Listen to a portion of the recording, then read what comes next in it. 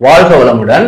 வேதாத்திரி மகரிஷி ஐயா 5 அளவு முறை அப்படின்ற ஒரு விஷயத்த கொடுத்துட்டு போயிருக்காரு. இது எதுக்காக அப்படின்னா, வாழும் காலத்துல எல்லா பேருமே ஆரோக்கியமா வாழ்றதுக்கு உடல்ல இருக்கக்கூடிய ரத்தோட்டம், வெப்போட்டம், காற்றோட்டம், உயிரோட்டம், காந்த ஓட்டம் அப்படின்ற இந்த 5 நிலைகளும் சரிசமமா இருக்கணும். 3 ஓட்டங்கள் இணக்கமா இருக்கணும். இந்த 3 ஓட்டங்கள் மூலமா மற்ற அந்த காந்தோட்டம், உயிரோட்டம் அப்படின்றது நிறைவா இருக்கணும் உடல்ல. அப்படி இருக்கும்போது உடல்ல நோவு அப்படின்றது எதுவுமே வராது. அதுக்காக இந்த 5 அளவு முறை அப்படின்றத நாம எப்பவுமே அளவோட வச்சுக்கிட்டோம் அப்படின்னோம்னா இந்த ஆரோக்கியத்தை நம்மளோட வச்சுக்கலாம் அப்படின்றதுக்காக அவர் கொடுத்துட்டு போயிருக்காரு. இதுல ஃபர்ஸ்ட் உணவு, உறக்கம், உழைப்பு, உடலுறவு அப்படின்ற தாம்பத்தியம், எண்ணங்கள் அப்படின்ற இந்த 5 தான் சொல்ல போறாங்க. இந்த 5ஐயும் நாம எப்படி கையாளணும், எந்த விதத்துல எடுத்துக்கணும், எப்படி எடுத்துக்கிட்டா அதுல அதீத பலன்களை எடுக்க முடியும் அப்படின்றதான் இன்னைக்கான வீடியோல டிஸ்கஸ் பண்ண இருக்கோம். ஃபர்ஸ்டா நம்ம உணவை பத்தி தெரிஞ்சுக்க போறோம். உணவு பத்தி நாம ஒவ்வொரு நாளும் இந்த உணவு நமக்கு அவசியமான ஒண்ணா இருக்கு. அது இல்ல அப்படின்னா வாழ்க்கை இல்ல. சோ இந்த உணவு எப்படி இருந்தா நமக்கு உயர்ந்த நிலை கிடைக்கும் அப்படின்றதுதான் இன்னைக்கு ஃபர்ஸ்ட் டாபிக்கா நம்ம எடுத்து பேச போறோம். ஏன்னா இப்ப அந்த 5 விஷயத்தையும் மகரிஷி என்ன சொல்றாருன்னா, வேண்டாம்னு ஒதுக்க முடியாது. அதே நேரத்துல அதிகமாகவும் இருக்கக்கூடாது, அதே நேரத்துல முறை மாறவும் கூடாதுங்கிறாரு. இப்ப உணவு நான் சாப்பிடாமே வாழ போறேங்க அப்படின்னு புதுசா ஒருத்தர் முடிவு எடுக்கிறாருன்னா அது பெரிய ஆபத்துல கொண்டு விட்டுரும்.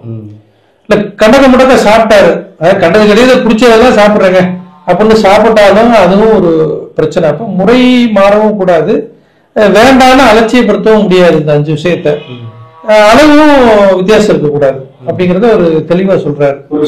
மகரிஷி ஒரு அற்புதமான விளக்கம் என்னன்னா, ஒரு அளவு முறை இந்த 5 விஷயங்கள்ல அளவுங்கிறது எவ்வளவு எடுக்கணும் அப்படிங்கிறதான விஷயம். அதே மாதிரி முறைங்கிறது மெத்தடு. இப்ப அளவுங்கிறது இப்போ ஒரு 4 இட்லி சாப்பிட்றாங்க அப்படிங்கிறது அளவு. அதுக்கப்புறம் அதை எப்படி சாப்பிடணும், நல்லா மென்னு சுவைச்சு உண்மையோட சாப்பிட்டு அப்படியே அதை மெதுவா சாப்பிடும் போது அது ஜீரணமாகுது. அதே மாதிரி எந்த டிவி பார்க்கறதோ இல்ல ஒரு மொபைல் பார்க்கறதோ பார்த்துட்டு சாப்பிட்டோம்னா அந்த உணவு முறையான முறையில செரிமானம் ஆகாது. அதனால பாத்தீங்கன்னா ஒரு டெலிவிஷன் பார்த்துக்கிட்டு அது மாதிரி மொபைல் பார்த்துட்டு சாப்பிடாம முறையா அந்த 4 இட்லி ரசிச்சு சாப்பிட்டா அது பாத்தீங்கன்னா கரெக்டான ஒரு இது. அதுதான் அளவு முறை. இந்த உணவு பாத்தீங்கன்னா அளவோட சாப்பிட்டோம்னா அந்த உணவை உடம்பு ஜீரணிக்கும். ஆனா அளவு முறை மீறி நம்ம சாப்பிட்டோம் அப்படின்னா அந்த உணவு உடம்பு ஜீரணிக்கும்னு சொல்லி மகரிஷி சொல்றாங்க. அருமையா சொல்லியிருக்காரு. எப்படின்னா அந்த அளவுக்கு மீறி நம்ம சாப்பிட்டுக்கிட்டே இருந்தோம் அப்படின்னா உடம்புல நோய் வந்துடும். அந்த டிசீஸ் பாத்தீங்கன்னா நம்மள அந்த உடம்புக்கு பாதிப்பு ஏற்படுத்தும் அப்படிங்கறத மகரிஷி ரொம்ப அழகா. இன்னொரு விஷயம் என்னன்னா, பசியோடய சாப்பிட ஆரம்பிக்கணும், திருப்பி பசியோடய எந்திரிக்கணுங்கிறாங்க. ரொம்ப சிரமமான விஷயம். என்ன காரணம்னா, வீட்டுல சமைக்கிறாங்க, இட்லி நல்லா சூடா இருக்கு, சட்னியில ஒரு 3 வெரைட்டி, சாம்பார் நல்லா பொடி இப்படி வச்சுட்டாங்கன்னா எத்தனை பேரை அளவா சாப்பிடு.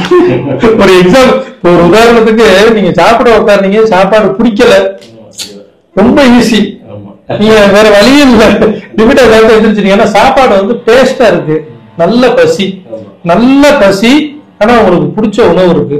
அப்ப ஒரு மனிதனை அளவோட சாப்பிடுறான் அப்படின்னோம்னா பெரிய விஷயம். ஏன்னா கடும் பசியில இருக்கு. இப்ப பசி இல்லாத போது கூட லிமிட்டா சாப்பிடலாம். ஏன்னா கடும் பசியில இருக்கும்போது ஒரு மணி நேரத்துக்கு முன்னாடி பசி உணவு ருசியா இருக்கும்போது நல்லா நிறைவானதுக்கு அப்புறம் தான் போதும் அப்படிங்கிற அந்த ஒரு தாட்டு வரும். ரெண்டாவது நீங்க சொன்ன அந்த முறை இன்னைக்கு நிறைய பேர் நம்ம பாக்குறோம். மடியில மொபைல் இருக்கு, சமணம் போட்டு உட்காந்துருக்காங்க, மடியில மொபைல் இருக்கு, மொபைல் ஒரு பக்கத்து ஓடிக்கிட்டே இருக்கு, இவங்க ஒரு பக்கத்து சாப்பிட்டுட்டே இருக்காங்க, அல்லது டிவி பாக்குறாங்க சாப்பிடுறாங்க. பொதுவா இந்த டிவி பார்த்துட்டு சாப்பிடுறது, மொபைல் பார்த்துட்டு சாப்பிடுறது, ஆளுகள்கிட்ட பேசிட்டு சாப்பிடுறது, இருட்டுக்குள்ள சாப்பிடுறது, நடந்துகிட்டு சாப்பிடுறது, பயத்துல இருக்கும்போது சாப்பிடுறது, பரபரப்பா இருக்கும்போது சாப்பிடுறது, இது எதுக்காக இது வச்சிருக்காங்கன்னா அது ஒரு காரணம் இருக்கு. இப்ப ஒண்ணும் இல்லை, இப்ப நீங்க ஒரு வாழை இலைய போட்டாச்சு, ஒரு விசேஷம், ஒரு ஊறுகாயை எப்படி வைக்கிறாங்கன்னு வச்சுக்கோங்களேன், டப்புன்னு உமிழ்நீர் தெரியும். பாத்திருக்கீங்களா? உங்களுக்கு அந்த அனுபவம் வந்திருக்கா? உமிழ்நீர் சுரக்கிறது சொல்லல, தெரிவிக்கும். இந்த அளவு எனக்கு இருந்துச்சு. அதனாலதான் நான் இப்ப எதுக்கு இதை சொல்றேன் அப்படின்னா, அந்த ஊறுகாயை தொட்டு நாக்குல வைக்க போறோம் அப்படிங்கறது தெரிஞ்ச உடனே உமிழ்நீர் தெரிக்குது. இப்ப அந்த உடம்பு எவ்வளவு ஆச்சரியம் பாருங்க.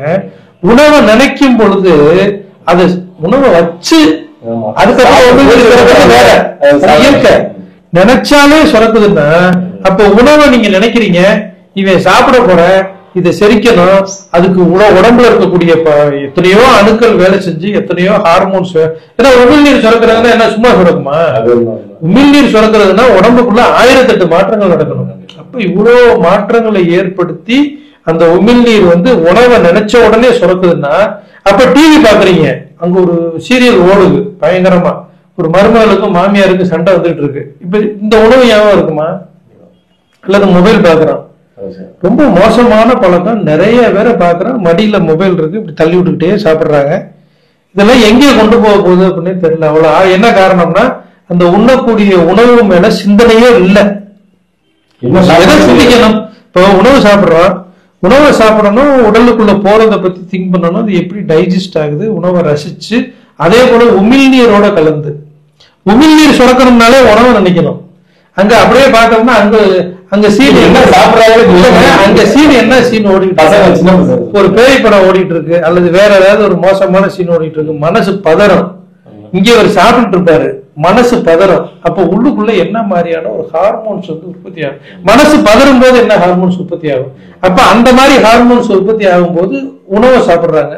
அப்ப இந்த உணவு 100% அது செரிச்சு அதுல இருக்கக்கூடிய நியூட்ரிஷன்லாம் ப்ராப்பரா உடம்புக்கு சப்ளை ஆகுங்கிறது ஒரு பெரிய உணவு. அதை டிவி பார்த்து சாப்பிடக்கூடாது, மொபைல் பார்த்து சாப்பிடக்கூடாதுன்னு இல்ல. இப்படி சாப்பிடுறதுனால சிந்தனை ஒரு பக்கத்தை வச்சுக்கிட்டு உணவு ஒரு பக்கத்தை வச்சு நீங்களே ஒரு வேலை பாக்குறீங்க, சிந்தனை ஒரு பக்கத்து இருக்கு. இப்ப நிறைய பேர் இப்ப ரோட்ல பார்க்கும்போது பாருங்களேன், அவங்க நம்மளை பார்த்த மாதிரியே இருக்கும். அப்புறமேட்டு போய் கேட்டோம்னா, எங்க பாத்துக்கிட்டே கண்டுக்காம போனீங்கன்னு கேட்டோம்னு வச்சுக்கோங்களேன், இல்லையா என்கிட்ட அது மாதிரி கேட்கும்போது நானே பார்த்து உண்மையில சத்தியமா நான் அவங்களை பார்க்கலாமோ. என்ன காரணம்னா, கண்ணை அவரை பார்த்துருக்கு, சிந்தனை வேறையா இருக்கு, அவர் உருவம் தெரிஞ்சிருக்காரு. இந்த அனுபவம் உண்மையிலே எனக்கு இருக்கு, சும்மா ஏதோ இதுக்காக சொல்லல. அப்ப என்ன ஒரு விஷயம்னா, சிந்தனை ஒரு பக்கத்துல இருந்து நீங்க ஒரு செயலை செஞ்சீங்க அப்படின்னோம்னா அதுல ஒரு பலனுமே கிடைக்காது. எக்ஸசைஸே என்ன சொல்றாங்க, கண்ணை மூடிக்கிட்டு நீங்க எக்ஸசைஸ் பண்ற மாதிரி பண்ணாலே ஒரு கிட்டத்தட்ட ஒரு 20-30% ரிசல்ட் கிடைக்கிறாங்க. அப்ப பாவனைக்கு அவ்வளவு, பாவனை ஒன்றே போதுமே பரமனை எய்திடன்னு சொல்றாங்க. தவம்னா என்ன? ஒண்ணு இல்ல, தவம் என்ன பெரிய மம்பட்டியை பிடிச்சு வெட்டுறதா? உருவ மத்தியில நீங்க உங்க மனசை நினைச்சீங்க அப்படின்னோம்னா ஆட்டோமேட்டிக்கா ஆற்றல் பூரா அந்த இடத்துல போய் குவியும், பிட்யூட்டரி ஆக்டிவேட் ஆகும். அந்த கிளாண்ட்ல சுரக்கக்கூடிய ஹார்மோன்ஸ் பக்காவா சுரக்கும். அந்த ஹார்மோன்ஸ் சுரந்துச்சு அப்படின்னோம்னா புலன்களை கண்ட்ரோல் பண்ணும். அடுத்து அப்ப என்னன்னா, எல்லாமே பாவனை தாங்கும் போது எந்த வேலை செய்யறோமோ அந்த வேலையில இருக்கணும். அப்ப அளவு சரியா இருக்கணும். முறைங்கிறது நீங்க சொல்ற மாதிரி உணவு எப்படி சாப்பிடணும், என்ன சாப்பிடணுங்கிறது. அதே போல காலையில என்ன சாப்பிடலாம், எவ்வளவு சாப்பிடலாம், மதியம் எவ்வளவு சொல்லுவாங்கல்ல, நைட்டு இரவு நேரத்துல பிச்சைக்கார மாதிரி தான் சாப்பிடணும் அப்படிம்பாங்க. காலையில என்ன சொல்லுவாங்க, அரசன் மாதிரி சாப்பிடணும். மதியானம் கூலியால் மாட்டம் சாப்பிடணும். ஆமா, மந்திரி மாட்டோம். அப்ப என்னன்னா, காலையில ஒரு மாதிரி சாப்பிடணும், மதியம் ஒரு மாதிரி சாப்பிடணும், இரவு ஒரு மாதிரி சாப்பிடணும், ஒரு கணக்கு வச்சிருக்காங்க. இப்ப இரவு பிச்சைக்கார மாதிரி சாப்பிடணும் போது காலையில பிச்சைக்கார மாதிரி சாப்பிடக்கூடாது, யாசகம் பாக்குறவங்க மாதிரி. அப்ப இரவு என்னன்னா அளவு கம்மியா தான் சாப்பிடணும் அப்படிங்கிறாங்க. அதே போல இரவு ஒரு 6 மணிக்கோ 7 மணிக்குள்ள சாப்பாட்டை முடிச்சிடணுங்கிறாங்க. என்ன காரணம்னா, ஒரு 9 மணி 10 மணிக்கு படுத்தோம் அப்படின்னோம்னா அதுக்குள்ள டைஜஸ்ட் ஆயிடும். பொதுவா சாயங்காலம்ங்கிறாங்க, அதுக்கு சாயும் காலம்னு பேருங்களாம். பொழுது சாயும், பொழுது சாயும் போது நம்மளும் சாஞ்சிடணும். இதுவே இயற்கை. என்னன்னா, அந்த காலத்துல கிராமத்துல என்ன பண்ணாங்கன்னா, ஒரு 6 மணி 7 மணிக்கு போனீங்கன்னா சிட்டிக்குள்ள ஒரு 12 மணி மாதிரி, இங்க 6 மணி. சிட்டிக்குள்ள 12 1 மணிக்கு எப்படி இருக்குமோ அது மாதிரி கிராமத்துல ஒரு என்ன காரணம்னா, வேலை முடிச்சுட்டு சாப்பிட்டுட்டு படுத்துருவாங்க. அதே போல காலையில 3 மணி 4 மணிக்கெல்லாம் எந்திரிச்சு வேலையை ஆரம்பிச்சிருவாங்க. இந்த உணவுல நீங்க சொல்ற மாதிரி அளவும் மெயின்டைன் பண்ணணும், அதுக்கு உண்டான முறையும் மெயின்டைன் பண்ணணும். அதே போல உணவுல நம்ம ஏற்கனவே சொன்ன மாதிரி சாத்வீக உணவு இருக்கு. இப்ப சாத்வீக உணவுனா அதிகமான புளிப்பு, உப்பு, காரம், அசைவம் இதெல்லாம் இல்லாம ரொம்ப இயற்கை உணவு, ரொம்ப ரசிச்சு சாப்பிடுற மாதிரியான தாவர உணவு. மெல்லும் போது உங்களுக்கு நல்லா இருக்கணும், சுவைக்காக என்னென்னையோ கலந்து பண்ணாம இருந்தோம்னா சாத்வீக உணவு சாப்பிட்டோம்னா குணமும் சாத்வீகமா இருக்குங்கிறாங்க. சப்போஸ் தாமச உணவோ ரஜ உணவோ சாப்பிட்டோம் அப்படின்னோம்னா அதிகமான புளிப்பு, உப்பு, காரம், அசைவம் இதெல்லாம் சாப்பிட்டோம்னா அந்த உணவுக்கு தகுந்த மாதிரியான குணம் இருக்கும் அப்படிங்கிறாங்க. உணவுல இந்த விஷயம் இருக்கு. வேற இந்த மகரிஷி ஐயா இந்த 5 அளவு முறையில ஃபர்ஸ்டா உணவு வச்சதுக்கான காரணம் இந்த உணவு அப்படின்றதான் ஒட்டுமொத்த வாழ்க்கைக்குமே அடித்தளம் இருக்கு. இந்த உணவு அப்படின்றத நம்ம டியூன் பண்ணிட்டோம் அப்படின்னோம்னா மத்த நாளையும் அதுவே டியூன் பண்ணிக்கலாம். உணவு சரியா இருந்ததுன்னா உறக்கம் சூப்பரா இருக்கும், இந்த உறக்கம் நல்லா இருந்ததுன்னா உழைப்பு நல்லா இருக்கும் அப்படின்றது போலதான் ஃபர்ஸ்ட் உணவு வச்சிருக்காரு. இந்த உணவு அப்படின்றதுல நம்ம தெரிஞ்சுக்க வேண்டியது நிறைய இருக்கு. இன்னைக்கு உணவு அப்படின்றது இந்த உலகத்துல வந்து எப்படியோ மாறி போச்சு. என்னன்னா திருக்குறள்ல வந்து சொல்லியிருப்பாங்க, மருந்தென வேண்டாமே யாக்கைக்கு அருந்தியது அற்றது போற்றி உண்ணின்னு சொல்லிட்டு. சோ இந்த யாக்கை அப்படின்னா என்னன்னு சொல்றாங்கன்னா, மகிழ்ச்சியா சொல்றாங்க, ரத்தோட்டம், வெப்போட்டம், காற்றோட்டம், உயிரோட்டம், காந்த ஓட்டம், இந்த 5ம் இணக்கமா இருக்கக்கூடிய ஒரு நிலையை தான் யாக்கைன்னு சொல்லுவாங்க. உடல் நம்ம சொல்றோம்ல, உடல் ஆரோக்கியமா இருக்கிறது தான் யாக்கை, ஆனா 5ம் இணக்கமா இருக்கிறது. சோ இது இணக்கமா இருக்கணும் அப்படின்னம்னா இந்த உணவு கரெக்டா இருக்கணும், சரியானதா இருக்கணும். அதுவும் நம்ம சாப்பிட்டது செரிச்சதுக்கு அப்புறம் திரும்ப பசிச்சதுக்கு அப்புறம் சாப்பிடணும் அப்படின்றது இந்த உணவை சொல்றாங்க. இந்த உணவானத ஒரு 5 விதமான விஷயத்துல ரொம்ப கவனிக்கணும் அப்படின்னு சொல்லியிருக்காங்க. ஃபர்ஸ்ட் வந்து அர்த்த தோஷம்னு சொல்றாங்க. இப்ப ஜலதோஷம்னு சொல்றோம்ல, அதுக்கு காரணம் என்ன?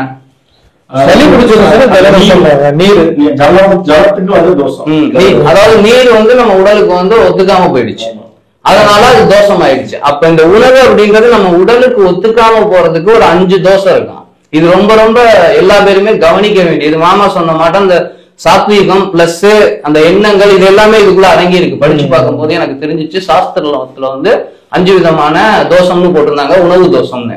அர்த்த தோஷம் அப்படிங்கறது என்ன சொல்றாங்கன்னா, நார்மலா நம்ம அந்த உணவுக்காக ஸ்பெண்ட் பண்ணுவோம்ல ஏதோ ஒரு பொருள், அந்த பொருள் எப்படி வந்ததோ அதன் தன்மையில அந்த உணவுல வந்து ஆற்றல் இருக்குமா. உதாரணத்துக்கு அதுக்கு ஒரு கதை சொல்றாங்க. ஒரு குருவும் சிஷியனும் இருக்காங்க. சிஷியன் வந்து நார்மல் லைஃப்ல போயிட்டு இங்க வாழ்ந்துகிட்டு இருக்கான். குரு வராருன்னு சொல்லிட்டு ஒரு நாள் என் வீட்டுல தங்கணும்னு சொல்லி கூட்டிட்டு போய் காலையில உணவு கொடுத்து மத்தியானம் கொடுத்து தூங்க வச்சுக்கிட்டு இருந்திருக்கான். இந்த டயத்துல அந்த சிஷியனுக்கு பண வரவெல்லாம் கொண்டு வந்து கொடுத்துருக்காங்க. அதை அவர் பார்த்துக்கிட்டே இருந்திருக்காரு. வச்ச இடத்தை தெரிஞ்சிருக்கு. அவன் இல்லாத நேரமா அந்த பணத்தை எடுத்துட்டு மறுநாள் வீட்டுக்கு வரணும்னு சொல்லும் போது எடுத்துட்டு வந்துட்டாராமா. ஆனா மறுநாள் இவருக்கு யோசனை வந்திருக்கு, நம்ம செஞ்சது தப்பு அப்படின்னு. திரும்ப மறுநாள் அடுத்த நாள் போய் காசை கொடுத்துட்டு, எனக்கு இது மட்டும் என்ன வந்து காரணத்தை நான் கண்டுபிடிச்சேன், அதாவது எனக்கு வந்து இது மட்டும் இருக்காது, ஆனா உங்க வீட்டுல 2 நேரம் சாப்பாடு சாப்பிட்டேன், அதன் காரணமா எனக்கு இந்த எண்ணம் வந்திருக்கு. இந்த உணவுக்காக நீ செலவு பண்ண பணம் எந்த வழியில சம்பாதிச்சேன்னு கேட்டாங்க. அப்ப அவன் வந்து தீய வழியில சம்பாதிச்சிருக்கான். சாப்பிடவே முடியாது. இப்ப நிறைய பேர் நம்ம சொல்றோம் உணவுக்காக என்ன வேணா பண்ணலாம் அப்படின்னு முறையில இந்த உணவு. இப்ப நம்ம நிறைய ஒரு கான்ட்ரவர்சி இங்க உலகத்துக்கு போகுதுன்னா, தப்பு பண்றவங்க பொய் சொல்றவங்க எல்லா பேரும் என் குடும்பத்துக்காக, என் குடும்பம் சாப்பிடணும்னா நல்லா இருக்கணும்னா நான் இதை செய்யறேன் அப்படின்னு சொல்றாங்க. அப்ப பொய் சொல்லியோ திருடியோ இல்ல வேற ஏதாவது ஒரு தன்மையில நம்ம அதை ஈட்டி இங்க உணவு கொடுக்குறோம், சாப்பாடு கொடுக்குறோம்னா குழந்தைங்க பிள்ளைங்க நல்லா இருக்குமா இல்ல தீய வழிக்கு போகுமா? அப்ப ஏன் இதை சொல்றாங்கன்னா, நம்ம உணவு கொடுக்க அதுக்கு பட்னியா இருக்கிறது மேலுன்றாங்க. ஒருவேளை வந்து விவசாயிகள் நல்லா இருக்கணும்னு சொல்றதுக்கு இது ஒரு காரணமா இருக்கு.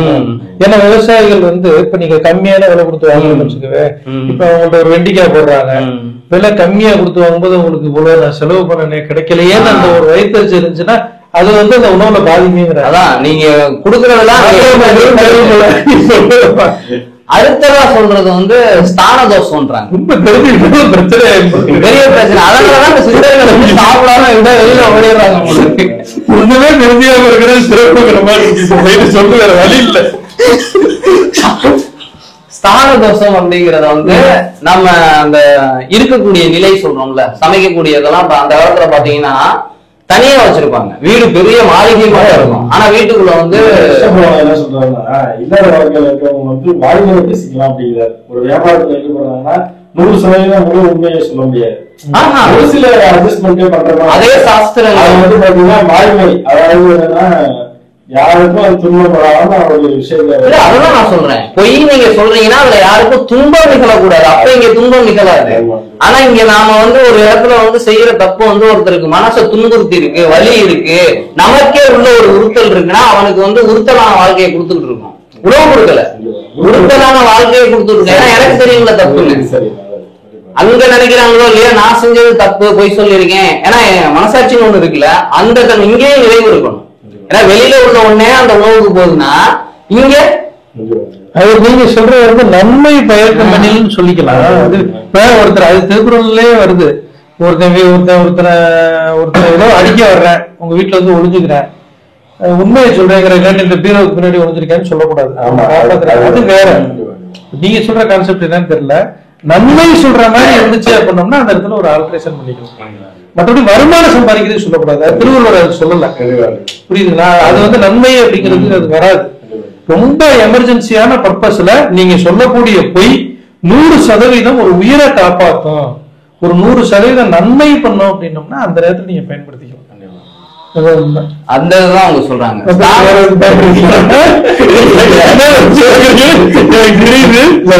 நீதிமன்றத்துல வாய்மையே அப்ப லாயர்ஸ் என்ன பண்ணுவாங்கன்னா ஒரு சில விஷயங்கள் பேசி வாய்மை, அதாவது என்ன பேசி சரி இல்லைண்ணே. அதுக்குதான் ஹரிச்சந்திரன் போல அந்த கதைகள்லாம் எதுக்கு கொடுத்திருக்காங்கன்னா எக்காலம் அந்த இதுலதான். ஏன்னா அதுக்கான கேள்வி வரும்போது சொல்ல அவன் எந்த காலத்திலயுமே எதையுமே விட்டு கொடுத்தது இல்ல. அந்த உண்மையை காப்பாற்றணுன்றதுக்காக போறான்ல. அப்படி இருக்கும்போது ஃபர்ஸ்ட் கஷ்டப்பட்டுருக்கலாம், ஆனா கடைசியில எல்லா நிறைவும் அவனுக்கு கிடைக்குது. அதை நம்பணும். நம்ம இந்த சத்தியத்தை நம்பணும். இந்த சத்தியத்தை புடிச்சுக்கிட்டோம் அப்படின்னம்னா அந்த மாதிரி ஸ்தான தோஷம் அப்படின்றது நாம வாழக்கூடிய நிலையில கோபம் இருக்கும், சந்தோஷம் இருக்கும், இப்படி நிறைய நிகழ்வுகள் இருக்கும் வீட்டுல. அந்த வைப்பு இருக்குமா? ஒரு நம்ம பழைய விஞ்ஞானி இதுலாம் ஒரு வீடியோ பார்ப்போம்ல, தண்ணி கிட்ட அன்புன்னு சொன்னோம்னா இப்ப நம்ம வீட்டுக்குள்ள குழந்தைங்க கிட்ட சத்தம் போட்டிருக்கோம் அப்படின்னோம்னா அது அதுக்குள்ள போயிருக்குமா? அதனால அந்த அடுப்படி அப்படிங்கறத தனியா சுத்தமா எப்பவுமே அதுக்குள்ள போகும்போது அன்போட ஜாலியா சந்தோஷமா இருக்கிற மாதிரி தான் போய் சமைக்கணும். இல்ல அப்படின்னா அதுவே பெரிய துன்பமா மாறிடும் அப்படின்னு அந்த ஸ்தான தோஷத்தை சொல்றாங்க. அடுத்ததான் நிமித்த தோஷம்ன்றாங்க. இந்த நிமித்த தோஷம் அப்படிங்கறது சமைக்கிறவங்க நல்ல ஆட்டிடியூடோட இருக்கணும். ஏதாவது ஒரு விஷயத்த காலைல திட்டான், அதனால கோபத்திலேயே பண்ணிட்டு இருந்தாங்க அப்படின்னா அந்த பிரச்சனை கொடுக்கும் நமக்கு. அது உணவு சுவையா இருந்தாலும் இருக்கும், சுவையா இருந்தாலும் வேற, அது வேற. சுவை இல்லாத வேற. மொத்தத்துல அவங்களுடைய எண்ணங்கள் அதுல பிரதிபலிக்கும். அது நம்ம உடலை பாதிக்கும். மேக்சிமம் அன்னைக்கு சுவையா இருந்துச்சுன்னா, சப்போஸ் அவங்க சந்தோஷமா பண்ணிருந்தாங்கன்னா அதை விட சுவையா இருந்திருக்கும். அத கம்மி வச்சிருக்கணும். மேக்சிமம் கோவமா சமைச்சாங்கன்னா சுவையா இருக்க வாய்ப்பு இல்ல. இன்னைக்கு ஒரு சரியில்லை கோவமா சமைச்சிருக்காங்க. இல்ல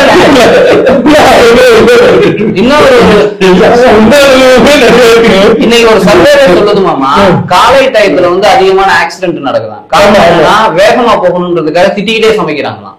அத சாப்பிட்டுட்டு பயணப்படுறதுனால இது ஒரு சர்வே, ஒரு மனத்தத்துவ எடுத்திருக்காங்க. அதனாலதான் இந்த ஆக்சிடென்ட்ஸ் சொல்லியிருக்காரு அப்படின்றாங்க. அப்ப நம்ம சமைக்கும் போது எந்த மாதிரியான உணவோட இருக்கணும் அப்படிங்கறது தான் அந்த நிமித்த தோஷம் சொல்றாங்க. இதுக்கப்புறம் தான் ரொம்ப மாமா சொன்னது அந்த சஞ்சித கர்மம்னு சொல்றாங்கல்ல, ஜாதி தோஷம்ன்றாங்க. என்னடா இங்கேயும் ஜாதியை பேசுறோம்ன்றதுல குணங்களை தான் ஜாதியா அன்னைக்கு வந்துச்சு. இன்னைக்கு இருக்கிற மட்டும் ஆளுங்களை பிரிக்கல.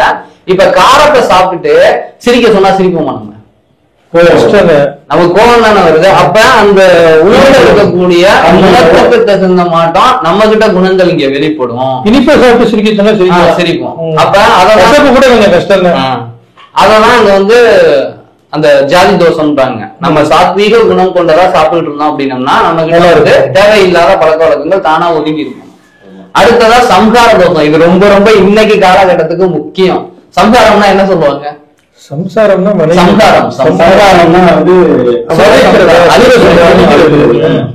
இங்க உணவை நாம அழிக்கிறோமா இல்ல பாதுகாத்து பத்திரப்படுத்தி வச்சிருக்கோமா அப்படிங்கறதான் இங்க சொல்றாங்க. என்னன்னா எல்லாத்துக்கும் ஒரு கரெக்டான அளவு முறை, எதோட எதை சேர்க்கணும்ன்ற கணிப்பு இருக்கான்.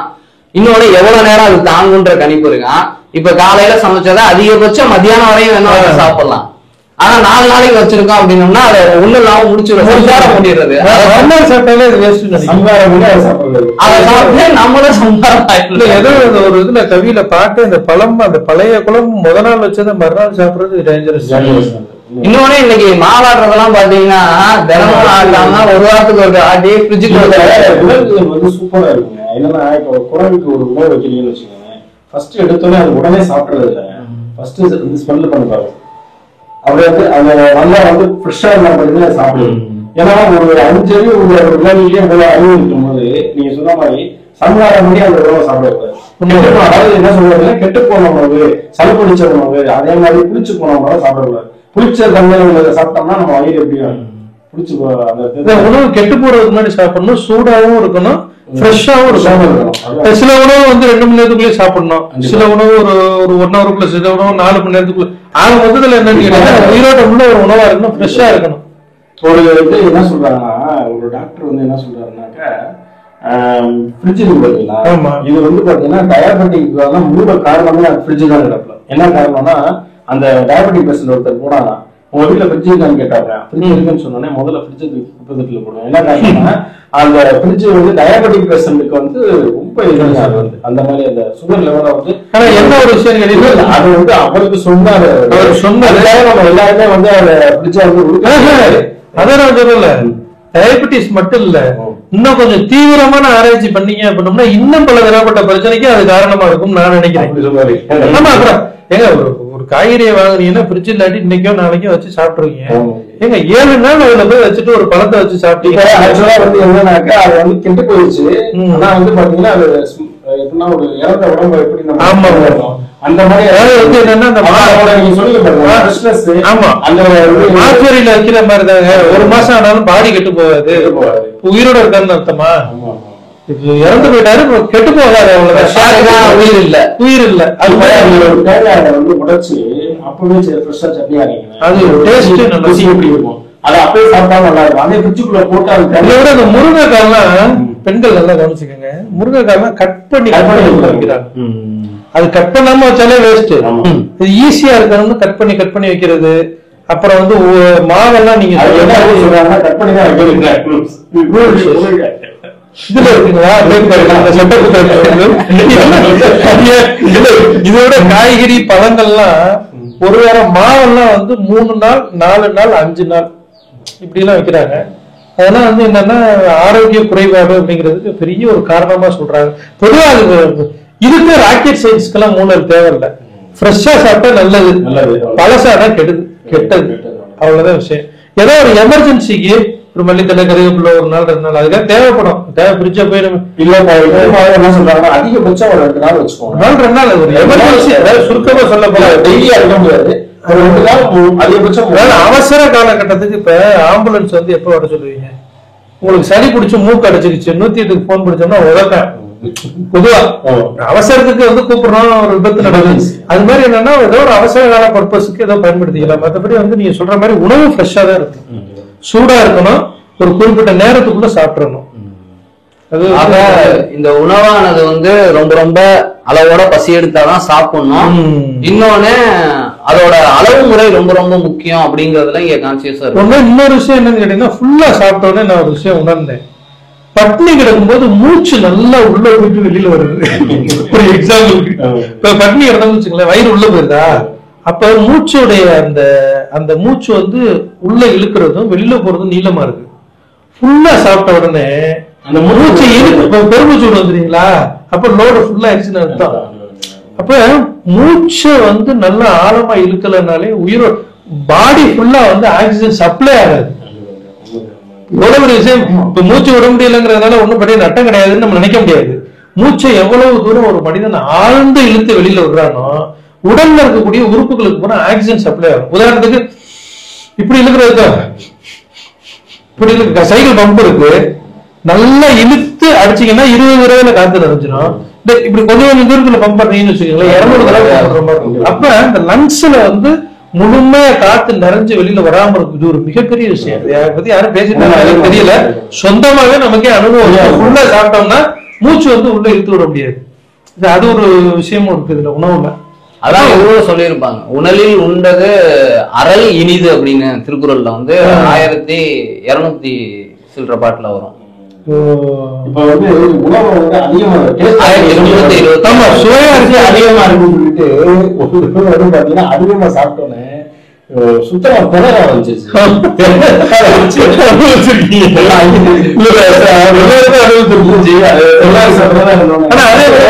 சொந்த அனுபவத்துல நேத்து நைட்டு சாப்பிடல, நம்ம அந்த ஒரு இது சாப்பிட்டோம்ல, ஆனா சாப்பிடாம இருந்ததுனால அவ்வளவு நல்லா இருந்துச்சு அந்த ஃபீலிங். அந்த ஃபீலிங் ஓரளவுக்கு கொஞ்சம் தூக்கம் வந்துச்சு, காலையில வெள்ளனை எந்திரிக்கிற மாதிரியும் வந்துச்சு.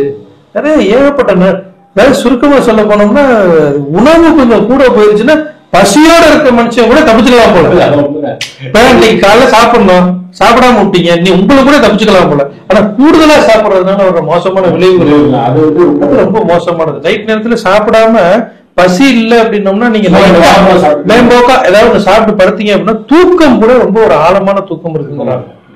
அது அவங்க ட்ரை பண்ணி பார்த்தாலே தெரியும். 943வது பாடல்ல திருக்குறள்ல இப்ப நீங்க சொன்னதான் அப்படியே சொல்லியிருப்பாங்க. உடம்புல வந்து செரிமானம் ஆனதுக்கு அப்புறம் நீங்க வந்து சாப்பிடுற சாப்பாட ரொம்ப அளவா எந்த அளவுக்கு இதுக்கு தேவை அப்படிங்கறத பார்த்து சாப்பிட்டீங்கன்னா வாழ்நாள் நீடிக்கும்.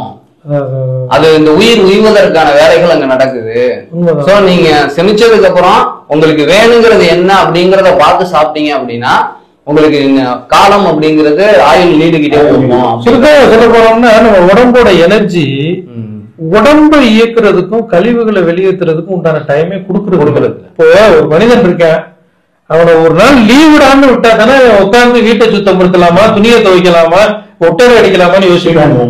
எல்லா நேரத்திலயும் அவனுக்கு வேலை கொடுத்துட்டே இருந்தோம்னா எப்படி இருக்குமோ அதே மாதிரிதான் உடம்புல. அதனாலதான் வந்து என்னன்னா இந்த டீடாக்சிபிகேஷன் கூட ஒரு எத்தனை மணி நேரம் 12 மணி நேரமோ 14. இப்ப வந்து வெளிநாட்டுல எல்லாம் என்னன்னா அந்த ஸ்டெம் செல்ஸ் நம்ம கிட்ட ஒண்ணு சொல்லுவாங்க. தொப்புள் கொடி அறந்துருச்சுன்னா தாயத்துல போடுவாங்க அந்த காலத்துல. அது எதுக்காக அப்படின்னா உடம்பு வந்து மொத்தமா முடிஞ்சு போற கண்டிஷன் வந்தா கூட அதை சரியா நம்ம மருத்துவத்துக்கு பயன்படுத்தினோம்னா திரும்ப ரெக்கவர் பண்ண முடியும், பழைய நிலைக்கு ஆரோக்கியம் வர முடியும்னு சொல்றாங்க. ஆனா இந்த ஸ்டெம் செல்ஸ் அப்படிங்கிறது இயற்கையா நம்ம உடம்புக்குள்ளே உற்பத்தி ஆகணும். அதுக்கு எது மூல காரணமா இருக்குன்னா பட்னி கிடக்குறது. அதாவது 24 மணி நேரம் ஒருத்தன் தண்ணியை குடிச்சிட்டு பட்னியாவே இருந்தான் அப்படின்னா 24 மணி நேரத்துக்கு அப்புறம் அந்த ஸ்டெம் செல்ஸ் வந்து உள்ளுக்குள்ள உருவாகுதான். அடுத்த 24 மணி நேரத்துக்கு அது செய்ய வேண்டிய வேலைகள்லாம் செய்யுதான். மொத்தம் 48 மணி நேரத்திலேயே உங்க உடம்புக்குள்ள ஸ்டெம் செல்ஸ் உருவாக்கி தன்னுடைய ப்ராசஸ முடிச்சிருக்கு. இவ்வளவு பெரிய விஷயம் இருக்கு, அருமையான விஷயம் நீங்க சொல்லிருக்கீங்க. இந்த ஸ்டெம் செல்ல பாதுகாக்கிறதுக்கு லட்சக்கணக்கில் கோடிக்கணக்கில் பண்றாங்க. ஸ்டெம் செல்ல வந்து பாத்தீங்கன்னா இது பண்றாங்க, ஸ்டோர் பண்ணி வச்சு அதை வந்து பாதுகாக்கிறாங்க. இது இதுக்காகதான் நம்ம ஆளுங்க என்னன்னா இந்த விரத தினங்கள்லாம் கொண்டு வந்து மொத்தத்துல செலவும் இல்ல ஒண்ணுமே இல்ல, பட்டினி கிடந்தாலே ஒரு மனுஷனுக்கு இந்த ஸ்டெம் செல்ஸ் உருவாகுது. எவ்வளவு பெரிய விஷயம் பாருங்க. அந்த காலத்துல வந்து விரதமுறைகளை வந்து கடைபிடிச்சாங்க. அதனாலதான் உணவில் உண்டது அறல் இனிது அப்படின்னு சொல்றாரு அவரு. என்னன்னா உடம்பு சாப்பிடுது இல்ல, அதை சாப்பிட்டதுக்கு அப்புறம் ஃபுல்லா வெளியில போனதுக்கு அப்புறம் தான் உடம்புக்கு இனிமையே கிடைக்குது. நம்ம சாப்பிட்டாலும் நமக்கு திருப்தி கிடைச்சிது. ஆனா அந்த உடம்புக்கு எப்ப இனிமை கிடைக்குது, வெளியில போனதுக்கு அப்புறம் தான் கிடைக்குது. அதை எதோட கம்பேர் பண்ணி சொல்றாருன்னா இந்த காமம் அப்படின்றதுல கூடுறத காட்டிலும் ஊழல் வந்து இனிது அப்படின்றதோட இதை கம்பேர் பண்ணி சொல்றாரு.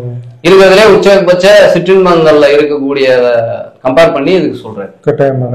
ஆக இந்த உணவு அப்படின்றது வந்து ரொம்ப முக்கியம். ஏன்னா இந்த மகரிஷி என்ன சொல்றாருன்னா இந்த உணவானது ரத்த ஓட்டத்தோட சம்பந்தப்பட்டது. இப்ப 3 ஓட்டங்கள் சொல்லுவாங்க, வாதம், கபம் அப்படின்றது ரத்த ஓட்டத்தின் தன்மை எப்ப நம்ம கிட்ட குறையுதோ, அதோட அந்த சீர்மை தன்மை கெடுதோ அப்பதான் கபம் அதிகமாகுது.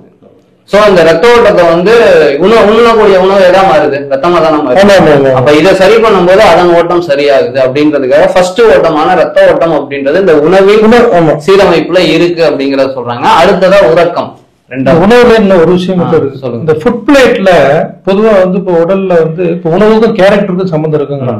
இதை போய் நம்ம பப்ளிக்ல சொன்னோம்னா எப்ப சாப்பிடுறதுக்கும் கேரக்டருக்கு எப்படிப்பா சம்மந்தம் இருக்குன்னு கேட்பாங்க. இப்போ ஒரு உதாரணத்துக்கு இப்ப அயன் இருக்குன்னு வச்சுக்க, இரும்பு சத்துன்னு ஒண்ணு இருக்கு, எல்லாத்துக்குமே தெரியும். இரும்பு சத்து ஒரு மனுஷனுக்கு கொடுக்கல, நீ என்ன பண்ற, நேரம் அங்க போயிட்டு அது ஒரு மூட்டையை தூக்கிட்டு வைப்பான்னு சொல்ற அவர்கிட்ட. அவர் இரும்பு சத்து பாடியில இல்ல, அவர் எப்படி இருப்பாரு, ஆக்சிஜன் சப்ளை ஆகாது, அவருக்கு டென்ஷன் ஆகாதான். ஒரு சில குழந்தைங்க எல்லாம் தலைகள் தான் எழுதுறதுக்கு, கோவப்படுறது கூட என்ன சொல்றாங்க அப்படின்னோம்னா அந்த இரும்பு சத்து குறைபாடு இருந்துச்சுன்னா அந்த குழந்தை எழுத்த தலைகளை தான் எழுதுமா, கோவம் வருமா. என்ன காரணம்னா அதனால புரிஞ்சுக்க முடியாது. அப்ப என்ன சொல்றாங்கன்னா பெரும்பாலும் இன்னைக்கு நம்ம அதிகமா என்ன சாப்பிடுறோம்னா மாவு சத்தும் கொழுப்பு சத்தும். ஆனா என்ன சொல்றாங்க அப்படின்னா வைட்டமின்ஸ்னு ஒண்ணு இருக்கு, மினரல்ஸ்னு ஒண்ணு இருக்கு, ஃபைபர்னு ஒண்ணு இருக்கு, புரோட்டீன் ஒண்ணு இருக்கு, 4 விஷயம். இது அதிகமாகும். மாவு சத்தையும் கொழுப்பு சத்தையும் கொஞ்சம் குறைவா நம்ம தலைவர் தான் சாப்பிடுறோம், பிரமிடு தலைவர் தான் இருக்கு. எப்படின்னு கேட்டீங்கன்னா நம்ம சாப்பிடுறதுல கார்போஹைட்ரேட் கூட, ஃபேட் கூட, வைட்டமின்ஸ், மினரல்ஸ், ஃபைபர், புரோட்டீன் ரொம்ப கம்மி. அப்ப நம்ம சாப்பிடுற தட்டுல சோறை கொஞ்சமா வச்சுட்டு காய்கறி, கூட்டு, கீரை என்ன இருக்கோ அதை அதிகமா வச்சு சாப்பாட்டை தொட்டுக்கணும்.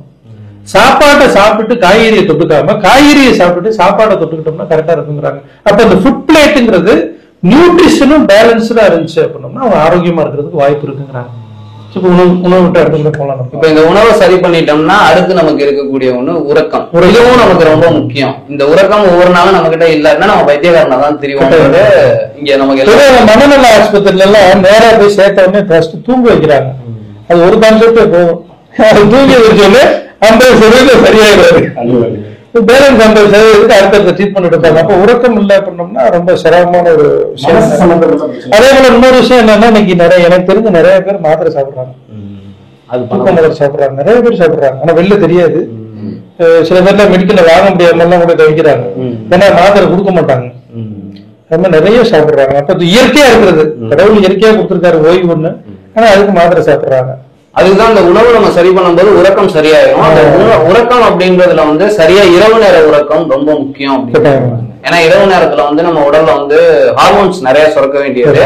அதுதான் இந்த உடலுக்கான மொத்த ஆற்றலுக்குமே. ஏன்னா பிட்யூட்டரி கிளாண்டு, பீனியல் கிளாண்டு அப்படின்றதுல சுரக்கக்கூடிய மெலட்டோனின் அப்படின்ற அந்த நைட்டு தான் சுரக்குமாமா. அது இருள்ல தான் சுரக்கும். சூரியன் இல்லாத டைம் தான். அதனாலதான் வந்து இந்த லைட் எல்லாம் ஆஃப் பண்ணி இந்த 2 hours முன்னாடி இந்த இதெல்லாம் இந்த எலக்ட்ரானிக் கேட்ஜெட் எல்லாம் யூஸ் பண்ணாதீங்க, மொபைல் யூஸ் பண்ணாதீங்க. என்ன காரணம்னா அதை நீங்க பார்க்கும்போது அந்த ஹார்மோன்ஸ் வந்து சுரக்காது அப்படின்னு சொல்லி எண்டோக்ரைன் சிஸ்டத்திலேயே, அதாவது நாளமில்லா சுரபிகள்லயே வந்து மாஸ்டர் கிளாண்ட் எல்லாத்துக்கும் தலைமைத்துவமா இருக்கிறது, லீடர்ஷிப் வகிக்கிறது இந்த பிட்யூட்டரியும் பீனியலையும் தான் சொல்லுவாங்க.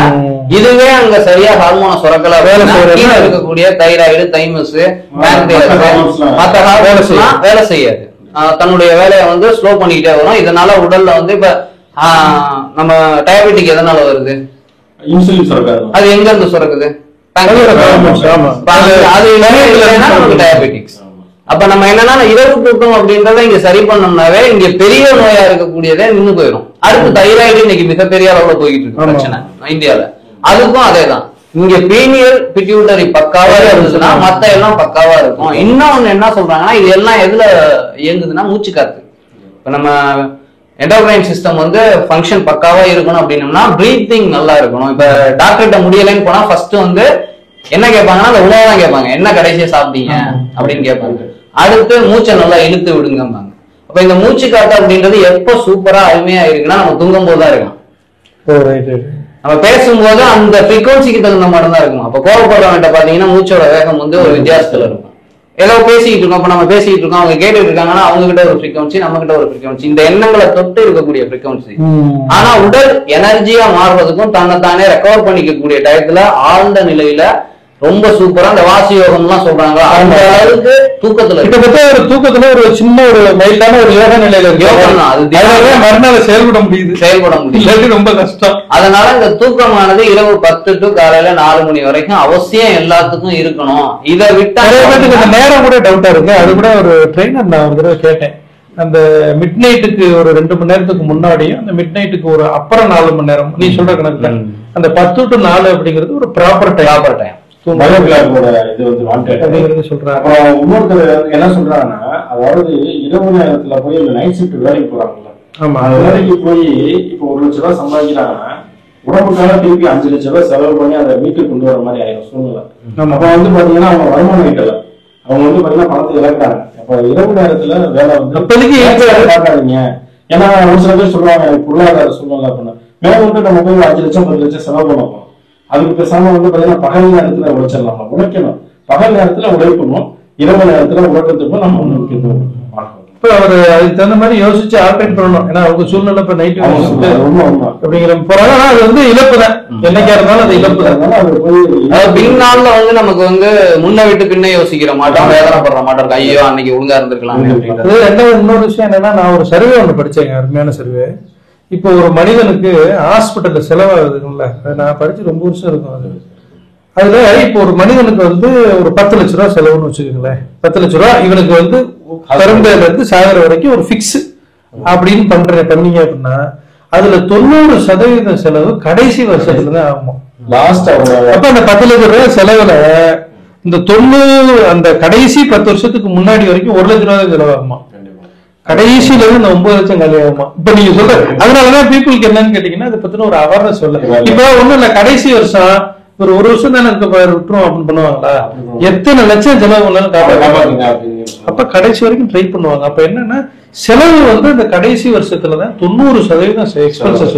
அப்ப அது வரக்கூடாது அப்படின்னா முன்கூட்டியே அந்த அளவு முறையை வந்து நம்ம இப்ப இருந்தே மெயின்டைன் பண்ணிக்கிட்டோம்னா அந்த ஃபைனல்ல வந்து வராது.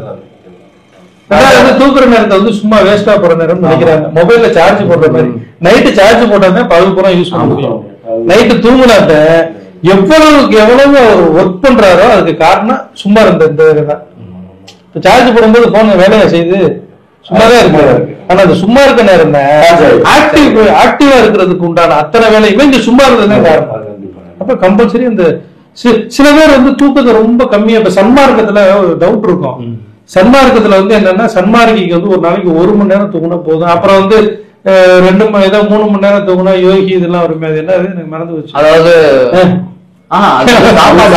சாப்பாட்டுக்கு 3 நேரம் சாப்பிட்டா ரோகி, 1 நேரம் சாப்பிட்டா யோகின்னு வருது. அப்ப தூக்கத்தையும் வந்து சன்மார்க்கத்துல 1 மணி நேரம் தூங்கினா போதுங்கிறாங்க. அது வந்து காரணம் என்னன்னா, இப்ப மகரிஷி ஐயா சொல்றது என்னன்னா, இயல்பு வாழ்க்கையில தான் எக்கச்சக்கமான பேர் இருக்கும். இயல்பு வாழ்க்கைக்கு தான் இந்த 5 அளவு முறை. இதுல நம்ம என்ன நடக்கும் உணவு குறையும் போது தூக்கமும் குறைஞ்சிரும். அப்ப தூங்காமல் தூங்கக்கூடிய நிலை, விழிப்போட நீங்க உடம்பு தூங்கும், உங்க கான்சியஸ் வந்து அமைதியா இருக்கும். ஏன்னா இப்ப நம்ம தூங்காம இருந்தோம்னா நம்ம கான்சியஸ் அமைதியா இருக்கு, அலறி ஓடிட்டு இருக்கு, எங்க போகுதுன்னு நமக்கே தெரியல. சொன்னீங்க சன்மார்க்கிக்கு 1 மணி நேரம் போகுது. அவளை உணவு வந்து காட்டுல இருந்து எடுத்துக்கிறாங்க. பிரபஞ்சத்துல இருந்து நிறைய சக்தி எடுத்துக்கிறாங்க. இன்னொன்னு செலவு இல்லை அவங்களுக்கு. சுத்தமா சொல்ல கூட மொபைல யூஸ் பண்ணலன்னா சார்ஜ் போட தேவை. அது மாதிரி அவங்க வந்து மைண்ட் வந்து அப்படியே வச்சிருக்காங்க. ஓடல, எண்ணங்கள் வந்து இல்லங்க. இந்த வருஷம் யூனிவர்சலோட டைப் பண்ணி சார்ஜ் மேற்கொண்டு இருக்காங்க. அவங்க கான்செப்ட் வேற, அது வந்து சிறப்பு விதியில தான் அதுவும் இருக்கும். இப்ப நம்ம சொல்றது எல்லாமே பொது விதி. சிறப்பா இருக்கிறவங்களுக்கு அந்த மாதிரி அவங்க வந்து மனித நிலையில இல்ல, அவங்க வந்து மகத்தான நிலையோட நிலைக்கு போயிட்டாங்க. மேல்நிலைக்கு போனா இன்னும் குறைஞ்சுக்கிட்டே வரும். தூக்கம் குறைஞ்சிரும். அதே டைம் நம்மளுடைய இடது பக்கம் வலது பக்கம் சொல்றாங்கல்ல. ஆமா, ஒரு புக்ல படிச்சது. ஆண்கள் வந்து ஒரு பக்கம், பெண்கள் வலது பக்கமா இடது பக்கம்? இடது பக்கம். இடது பக்கம் நம்ம அந்த ஒரு சார்ஜ் படுத்துறோம்ல, அதுல அந்த ஒரு சித்தரை ஒரு புக்ல சொல்லியிருக்காங்க, நிறைய இடங்கள்ல சொல்லியிருக்காங்க. இடது பக்கம் நம்ம வந்து அந்த ஒரு சார்ஜ் படுக்கும் போது நம்மளுடைய சுவாசம் வலது பக்கம் போகும். கேள்விப்பட்டிருக்கீங்களா? இடது பக்கம் நீங்க அந்த ஒரு சார்ஜ் படுத்தீங்கன்னா உங்களுடைய லைஃப் டைம் வந்து கூடுமா. அதாவது ஆயுர்வேதத்திலேயும் இது இருக்கு. அது வந்து ஆயுர்வேதத்துல எப்படி சொல்லுவாங்கன்னா, நம்மளுடைய அந்த ஜீரணிக்கக்கூடிய அந்த பை இருக்குல்ல, இறைப்பை, அது வந்து இப்படி இருக்கும். அதோட வாய் வந்து இங்க இருக்கும். இப்படி படுக்கும் போது அது மேல் பக்கமா ஓப்பனா இருக்கும். மூச்சு வாங்கும் போது அதை எதுக்கழிக்கிறது, இந்த ப்ராசஸ் எல்லாம் இருக்காது. காத்து நல்லா போயிட்டு வரும். அது ஜீரணம், ஏன்னா நைட் சாப்பிட்டு படுக்கிறோம்ல, ஜீரணம் ஆனாலும் அதுல இருந்து ஏதாவது வாயு வருதுன்னா நீட்டா கிளீதா. அப்ப வந்து என்னன்னா பிரீத்திங் வந்து ஃப்ரீயா போகுது. அப்ப இந்த குப்புற படுக்கிறது இது மாதிரி பண்ணும்போது தண்ணியை முன்னாடி வச்சு பின்னாடி காத்த வச்ச மாட்டோம், வெளியில வர்றதுக்கு சிரமம். அப்ப வந்து அந்த மாதிரி படுக்கிறது வந்து கொஞ்சம் லைஃப் டைம் கூட்டுறதுக்கு வாய்ப்புகள் இருக்கு. அதே டைம் சூரிய கலை அப்படின்றது வள்ளலாரே சொல்லியிருக்காரு. உடல் வந்து தூய்மையா இருக்கு, அவங்க உடம்புல வந்து அசுத்தம் இல்லை அப்படின்னா சூரிய கலையில இருக்க அவங்களுக்கு வந்து முன்னேற்றம் இருக்கும். அதனால அவங்க வந்து அந்த வலது பக்கம் தான் சூரிய கலை சொல்றது. வலது பக்கம் சூரிய கலை, வலது பக்கம் சூரிய கலை. இடது பக்கம் அந்த ஒரு சார்ஜ் படுத்தோம்னா வலது பக்கம் மட்டும் நாஸ்தி ஓடிக்கிட்டு இருக்கும். உடல் வந்து எப்பவுமே அந்த இயக்கத்திலேயே இருக்கும், இயல்பான இயக்கத்துல. தூக்கமும் வந்து ஒரு விழிப்புணர்வோட இருக்கும். ஆனா அது வந்து எல்லாத்துக்கும் செட் ஆகுமா? இன்னைக்கு இருக்கக்கூடிய நம்ம தூங்குறோம், எங்கிட்ட தூங்குறோம்னு தெரியல, கடைசியா ஃபைனலா தூங்கும் போது எந்த பக்கம்னு நமக்கே தெரியாது. ஆனா பழகணும். பழகிறது ஒண்ணு. உணவை சரி பண்ணிட்டோம்னாவே அந்த கான்சியஸ் வந்துருமாமா. இப்ப என்னன்னா, நான் வந்து ஒரு நேரம் மட்டும் சாப்பிட்டுட்டு கொஞ்ச நாள் வாழ்ந்தேன்ல, அப்ப வந்து படுத்த அந்த அசைவு இங்கிட்ட அங்கிட்ட நகராம அப்படியே படுத்திருக்கிறது எனக்கு தெரிஞ்சிச்சு எந்திரிக்கிற வரைக்கும். அப்படியே தான். அப்ப என்னன்னு கேட்டீங்கன்னா, எப்படி நீ நினைக்கிறியோ அப்படி ஒரு இருக்க முடியுது. உடம்பு ஒத்துழைப்பு கொடுக்குது அதுக்கு. இப்ப கொடுக்கல. அது வந்து நீ நினைச்சாலும் எங்கிட்ட ஃபைனல்ல தெரியாது. ஏன்னா இங்கிட்டு திரும்புவோம் சிரமம். இப்ப விழிப்புணர்வோட தூங்கணும்னா இந்த ஒரு சார்ஜ் படுத்து தூங்கலாம். ஆக உணவு அப்படின்றது ரத்த ஓட்டம், அடுத்து தூக்கம் அப்படின்றது காற்றோட்டத்தை சரி பண்ணுது. காற்று சரியாச்சுனாவே உடம்புக்கு சீராகுது. அடுத்ததா உழைப்புக்கு வருமானம். உழைப்பு, ஏன்னா இப்ப உலகத்துல சொல்ல வேண்டியது எல்லாம் இல்ல, சொல்லி இப்ப உழைப்பு அப்படின்றது இது 2 தொட்டுதான் இருக்கு. இந்த உழைப்பு அப்படின்றது எதை சரி பண்ணுதுன்னா வெப்போட்டத்தை சரி பண்ணுது. இந்த 3 ஓட்டங்கள்ல ஃபர்ஸ்ட் 2 சரியாயிருது, அடுத்து வெப்போட்டம். இந்த உழைப்பு எப்படி இருக்கணும் அப்படிங்கறத பத்தி நம்ம டிஸ்கஸ் பண்ணலாம். உழைப்புங்கிறது பல நன்மைகள் இருக்கு. ஒரு சைடு பொருளாதாரம் மெயினான விஷயம், மெயின் எடுத்து எல்லாம் இருக்க நார்மல் லைஃப்ல பாக்குறப்ப ஒரு சைடு பொருளாதாரத்திலையும் மேன்மை நிலை அடைகிறோம், வியாபாரத்துல வெற்றி அடைகிறோம், அது ஒரு செக்டார் போகுது. இன்னொரு சைடு நீ சொல்ற மாதிரி உடல் ஆரோக்கியம்.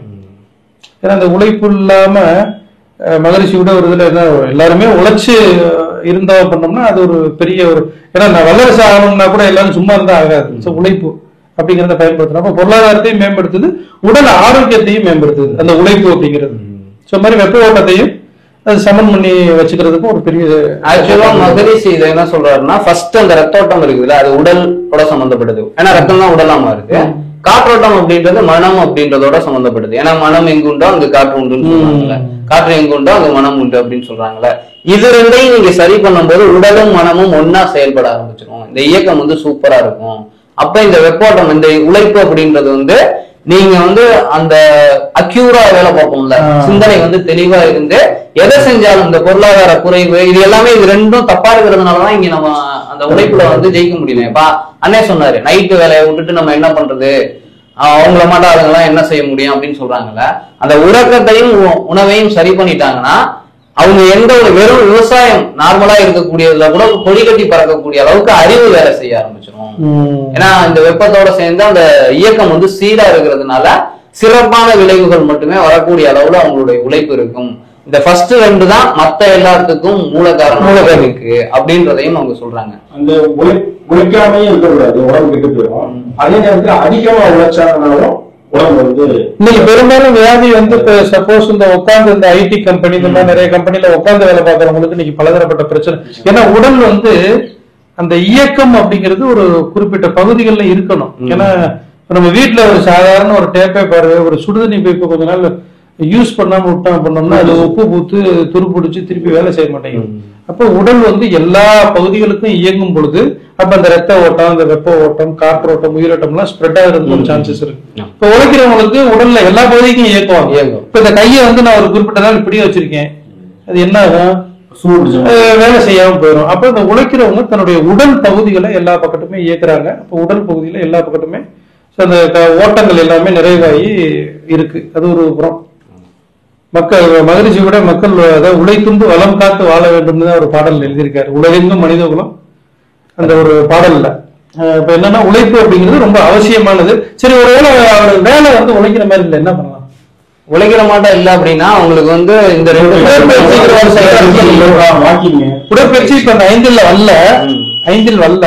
ஆனா அந்த ஊங்கிறதுல உடற்பயிற்சி நம்ம ஆட் பண்ணி, ஆனா இந்த உழைப்பு அப்படிங்கறதுல அவங்க எதாவது பிசிக்கல் வேலை செய்யறாங்க, மென்டல் வேலை ஆனா என்னன்னா இந்த தியானம் அப்படின்றதையுமே பெரிய உழைப்புன்னு தான் சொல்றாங்க. அதுவும் என்னன்னா நம்ம ஒருத்தனை வந்து நல்லா ஆக்டிவா இருக்கான்னு வச்சுக்கோங்க, ஒரு 1/2 கிலோமீட்டர் ஓடிட்டு வாங்க அப்படின்னா ஈஸியா ஓடிட்டு வந்துருவாங்களா, எல்லா பேருமே மேக்ஸிமம் செஞ்சிருவாங்க, நடந்தாச்சும் போயிட்டு வந்துருவாங்க. ஆனா அந்த 1/2 கிலோமீட்டர் ஒருத்தன் போயிட்டு வர வரைக்கும் இவன் அசையாம உட்காருங்கன்னு சொன்னா சின்ன பையன் கூட உட்கார மாட்டாங்க. அப்ப உடம்புக்குள்ள இருக்கக்கூடிய ஆர்கன்ஸ் எல்லாம் இங்க வேலை செய்ய வைக்கக்கூடிய வேலையை இந்த தியானம் பண்ணணும், இயக்க வச்சிருமாமா. அப்ப நீங்க வந்து பிசிக்கலா எக்ஸசைஸ், பிராணாயாமா, மெடிடேஷன் அப்படிங்கறத நீங்க கையாண்டுட்டு இருந்தாவே சீரான இயக்கமா. பிசிக்கல் ஆக்டிவிட்டிஸ் இல்லாதவங்க கட்டாயமா வந்து பிசிக்கல் ஆக்டிவிட்டிஸ் இருக்கிறவங்களும் உடற்பயிற்சி பண்ணலாம். என்ன காரணம்னா பிசிக்கல் ஆக்டிவிட்டிஸ்ல வந்து உடலை வந்து இப்ப ஒண்ணு இல்ல, ஒரு சின்ன எக்ஸாம்பிள் நானா யோசிச்சு பார்த்தேன். இப்ப மேல ஒரு அந்த இரும்பு நீங்க பார்த்தா எப்படி பாப்பீங்க? இப்படித்தானே பாப்பீங்க. இப்படி பாப்பீங்களா? அப்படி பார்த்தா கண்ணு வலிக்கும். ஆனா அப்ப கண்ணை வந்து என்ன பண்றோம் அப்படின்னா இப்படி பார்க்கலாமே ஒழிய கண்ணை மேல் பக்கம் கொண்டு போகலாம். நான் அந்த மகரிஷி கண் பயிற்சி முன்பு யோசிச்சு பார்த்தேன். அப்ப கண் பயிற்சி பண்ணும்போது கண்ணை என்ன பண்றோம், ஐபால் எப்படி சுத்துறோம், இப்படி பண்றோம், இப்படி பண்றோம், இப்படி பண்றோம், இப்படி பண்றோம், ஜூம் பண்றோம். நான் யோசிச்சு பார்த்தேன். நீங்க நம்ம மேல இருக்க பொருளை பாருங்கன்னா அந்த இப்படியா பாப்பீங்க, இப்படி பாப்பீங்க. அப்ப தலையை தூக்கிறீங்களே ஐபால மேல கொண்டு போறது இல்லை. அதே போல கையை பாருங்க, நம்ம இப்படி கொண்டு போயிருக்கவே மாட்டோம். இப்ப நான் பிசிக்கல் ஆக்டிவிட்டி பண்றேன், வேலை செய்யறேன், கையை எப்படி கொண்டு போயிருப்பேனா, சரி கொண்டு போறேன், எவ்வளவு நேரம் நிப்பாட்டி இருப்பேன். அப்ப மகரிஷி வந்து இந்த 9 கட்ட உடற்பயிற்சி எதுக்கு கொடுத்திருக்காரு அப்படின்னா, உடலை வந்து நீ பிசிக்கல் ஆக்டிவிட்டிஸே பண்ணனா கூட ஒரு குறிப்பிட்ட ஆங்கிள் நீ சில விஷயங்களை பயன்படுத்தலாம். பிசிக்கல் ஆக்டிவிட்டிஸ் பண்ணாலும் அவர் உடம்பும் மனமும் சேர்ந்து செஞ்சிருக்க மாட்டாரு. அதுவும் நீங்க சொல்ற மாதிரி கையை தூக்கும் போது அவர் என்ன, ஒரு பொருளை மேல இருந்து எடு அப்படிங்கும் போது கையை தூக்குறோம், மேல இருந்து பிளட் கீழே இறங்குது, அந்த நேரத்துல எடுத்து கொடுத்து கஷ்டப்பட்ட காசை வாங்கி கல்லால ஓட்டு நீங்க பணம் வரணும்டா, அதை பண்ணணும்டா. அப்ப நீங்க சொல்ற மாதிரி அந்த உடற்பயிற்சி அப்படிங்கும் போது நம்ம அந்த உடல் மனம் அதை சேர்ந்து பண்ணும்போது அதனுடைய பலன்கள். அப்ப பிசிக்கல் ஆக்டிவிட்டிஸ் இருந்தாலும் உடற்பயிற்சி தேவை.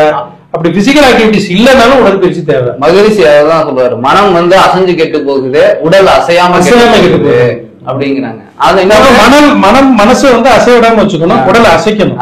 இப்ப நம்ம பண்ணிட்டு இருக்கிறது மாற்றி பண்ணிட்டு இருக்கோம். நீ சொல்ற மாதிரி உடல் வந்து இப்படியே உட்கார்ந்துருக்கு, மனசு வந்து எங்கெங்கயோ சுத்துது. இன்னொன்னு உழைப்பு அப்படிங்கறத வந்து மகரிஷி என்ன சொல்றாங்கன்னா செயலுங்கிறதோட கம்பேர் பண்றாரு. இப்ப மத்த ரெண்டோட இந்த உழைப்பு வந்து நம்ம வேலை பார்க்கறது மட்டும் இல்ல, செயல்பாடு நினைக்கிறதோட இருக்கக்கூடாது, செல்ல பேசுறதோட இருக்கக்கூடாது, செயல்படுறது அதுக்குதான் விளைவு உண்டு, அதுவும் அளவோட இருக்கணும் அப்படின்றத அங்க சொல்றாங்க.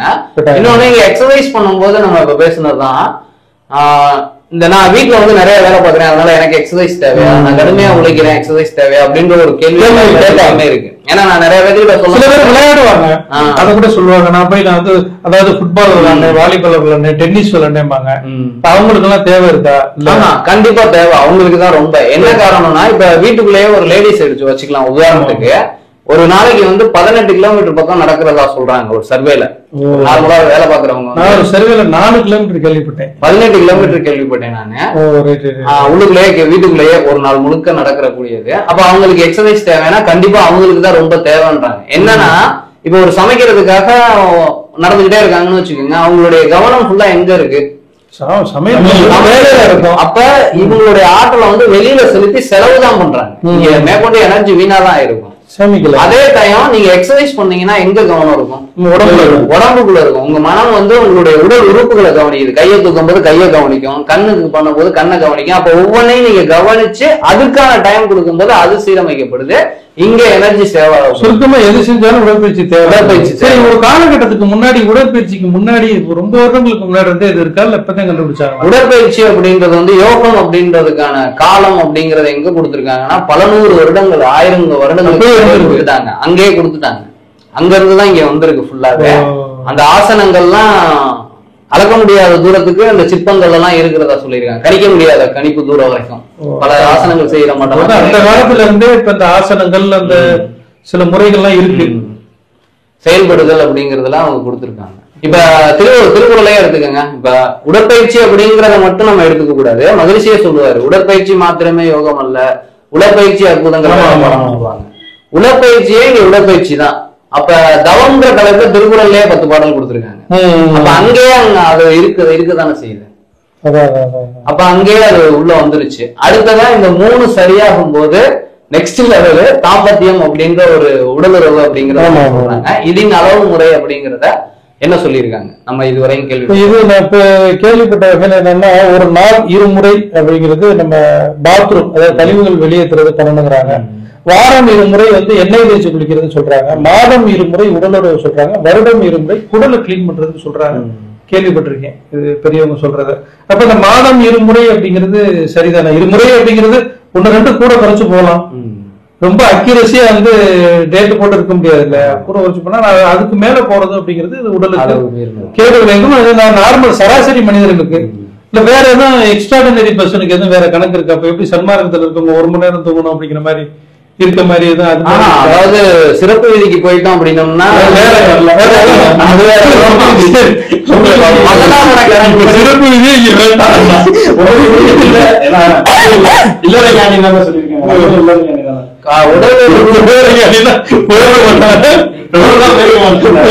இன்னொன்னு என்னன்னா, இவங்க வல்லவாரே சொல்லியிருப்பாரு, குழந்தை பெக்கிறதுக்காக மட்டுமே தெளிவான. ஆனா என்ன ஒரு விஷயம்னா, அப்ப உள்ள காலகட்டத்துக்கு உண்மையிலேயே வந்து குழந்தை பேருக்காகத்தான் அந்த உடல் கலப்பு அப்படிங்கிறது இருந்திருக்கு.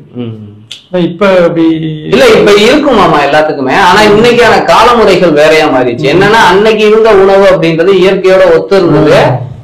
மேக்சிமம் நம்ம சமைச்சு சாப்பிடுறத காட்டிலும் இயற்கை சமைச்சது, மரத்துல இருந்து கூட கீரைகளை அப்படியே எடுத்து அரவேக்காடோட சாப்பிடுறது. இப்படி இருக்கும்போது விந்துவானதே பரவிந்துவாதான் மாறுமா. அதாவது கழிவிந்துவ தண்ணி குடிச்சோம்னா யூரின் வரும். சப்போஸ் அது வெயில் காலத்துல வேர்த்துட்டு இருக்கும் போது வந்து பாத்துருக்கீங்க. அப்ப என்னன்னா வந்து அது வேற ஒரு ப்ராசஸ்க்கு நல்ல திடமா தரமா இருந்தது அப்படின்னா கழிவுக்கு பெருசா இருக்காது. நீங்க வேணும்னு நினைச்சாதான் வெளியாகும், இல்ல அப்படின்னா அது வேற ஒரு நிலைக்கு பரிணமிச்சிடும் அப்படின்றத வந்து அவங்க தெளிவா சொல்லியிருக்காங்க. சோ இது ரொம்ப டீப்பான இது. நம்ம நார்மலாவே இப்ப இருக்கக்கூடிய இல்லற வாழ்க்கைக்கு ஆரோக்கியமான நிலை அப்படின்றது மாதம் இருமுறை அப்படிங்கிறது தான். பகல்ல கூட கூடாதுன்னு சொல்லி நான் கேள்விப்பட்டிருக்கேன். பகல்ல கூடாது, மாதம் இருமுறை மட்டும் வச்சுக்கலாம் அப்படிங்கிறது சொல்லிருக்கேன். இது ரொம்ப ரொம்ப முக்கியமான டாபிக். என்னன்னா அதை தொட்டுதான் ஆரோக்கியம் கூட மைதனம் வீசம் இருந்த வரலாறு இதுல செலவு பண்றதுல செலவு பண்ணணும். உடம்புக்கு ஜீவன் அதிகமா செலவாகுது, டயர்லெஸ் ஆயிடுவாங்க. அதே நேரத்துல இது இல்லாம இருந்தாலும் உடம்புக்கு இதனால நோய்கள் தான் வரும். இத மகரிஷி என்ன சொல்றாங்கன்னா உடல்ல உயிரோட்டம் சொல்றோம் பாருங்க, அந்த உயிர் சக்தியின் ஓட்டம் இது கம்பேர் ஆயிருக்கு. உங்க உடம்புல வந்து உயிர் செறிவு அதிகமா இருக்கணும், தரமா இருக்கணும், போதுமான அளவு இருக்கணும். இத கரெக்டா நம்ம மெயின்டைன் பண்ணிட்டோம்னா நோவு அப்படின்றதே நம்ம பக்கத்துல பெரும்பாலும் அளவுக்கு அந்த சப்ளை கரண்ட் சப்ளை வந்து உடம்புல இருக்கும் அப்படின்றாங்க. ஏன்னா ஒரு மனிதனுடைய பிறப்பு அப்படின்றது இந்த விந்து துள்ளில தான் இருக்கு. அதுவே அது என்னைக்கு உடையதும் நீங்க இன்னொரு வீடியோல கூட சொல்லியிருந்தீங்க. அது உடையும் போது இறப்பு. அது ஆரோக்கியமா தரமா வேணுங்கிற அளவு இருக்கிற வரையும் தான் அந்த ஆரோக்கியம். இந்த காய்கறி வந்து கொடுத்திருக்காருன்னா அது காரணம் அந்த வெற்றி சக்தியினுடைய தரத்தை கெட்டித்தன்மையை அதிகப்படுத்துறதுக்காக அந்த பயிற்சி கொடுத்திருக்காங்க. நீர்மத்தன்மையில இருந்து கெட்டியா மாறணும் அப்படின்றதுக்காக. அடுத்து இதை தொட்டுதான் அடுத்த ஓட்டம் காந்த ஓட்டம் அப்படிங்கிற அந்த நிலை. அதுக்காக அவங்க கொடுத்தது எண்ணங்கள், எண்ணங்களின் அளவு முறை. ரொம்ப பெரிய டாபிக் இது எண்ணங்கள்ல. ஆமா, ஏன்னா இப்ப நீங்க யூடியூப்ல திறந்தோம்னா ஸ்ட்ரெஸ் மேனேஜ்மெண்ட் போட்டீங்கன்னா ஏகப்பட்ட வீடியோஸ் வருது ஸ்ட்ரெஸ் மேனேஜ் பண்றதுல. ஏன்னா எண்ணங்களும் வந்து ஒரு லிமிடேஷன் கண்டக்க ஒரு மனிதன் வந்து முடிச்சிருக்க நேரம் பூரா ஒரு 12 மணி நேரம் 15 மணி நேரம் திங்க் பண்ணிக்கிட்டே இருந்தாங்கன்னா கடைசியில கொண்டு மனநிலை அந்த மருத்துவமனையில போய் சேர்க்கிற மாதிரி ஆயிடுது. எனி டைம் அந்த சிந்தனைக்கும் ஒரு லிமிடேஷன் இருக்கு. எல்லாத்துக்கும் லிமிடேஷன் இருக்க மாதிரி சிந்தனைக்கும் ஒரு லிமிடேஷன் இருக்கு. இந்த லிமிடேஷன் வச்சுக்க முடியல, ஓடுது ஓட்டுக்கு எல்லா பக்கத்துல. அதுக்குதான் அந்த ஃபர்ஸ்ட் நம்ம வந்து என்னன்னா அந்த உணவுல இருந்தே சரி அடி நோய் முதல்ல அது ஈஸியா இருக்கு. ஃபர்ஸ்ட்ல இருந்து 4 கடைபிடிச்சா இது சரியா. சாத்வீகத்தை மட்டும் சாப்பிட்டு இருக்கிறவனுக்கு இங்க வரைக்கும் எல்லாமே அதுவா சீராயிரும். தூக்கம் அப்படிங்கிறது டைமிங் வந்துடும். முயற்சி தேவையில்லை. இந்த ஃபர்ஸ்ட் முயற்சியில இருந்து படிக்கட்டுல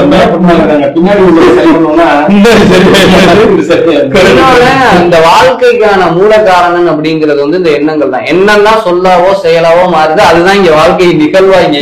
எண்ணங்கள் இல்லாம இருக்கிறது இல்ல, தரமான எண்ணங்கள் இருக்கணும். அந்த எண்ணங்களுக்கும் ஒரு அளவு இருக்கணும், ஒரு முறைவு இருக்கணும், மீறக்கூடாது. ஆனா இது ரொம்ப முக்கியமானது மாமா. இந்த திருக்குறள்ல ஒண்ணு சொல்லுவாங்க, எண்ணியவை எண்ணியாங்கு ஆக எண்ணிய திண்ணியர் அப்படின்னு சொல்லுவாங்க. இந்த ஒரு எண்ணம் அப்படின்றது வந்து இப்ப நம்ம கரெக்டா உணவை சரி பண்ணி உறக்கத்தை சரி பண்ணி அடுத்தடுத்து வந்து எண்ணம் வந்து ஒரு நம்ம நினைக்கிறத மட்டும் நினைக்க முடியுது அப்படின்னா மத்த எதுவுமே வரலைன்னா மொத்த எனர்ஜி இந்த ஒரு எண்ணத்துக்கு. என்ன ஒரு விஷயம் தான், அதான் ஒரு பெரிய விஷயம். அதாவது என்னன்னா இந்த வெயில் வந்து தீக்குச்சி வைக்கிற வெயில்ல தான் வைக்கிற பிடிக்காது.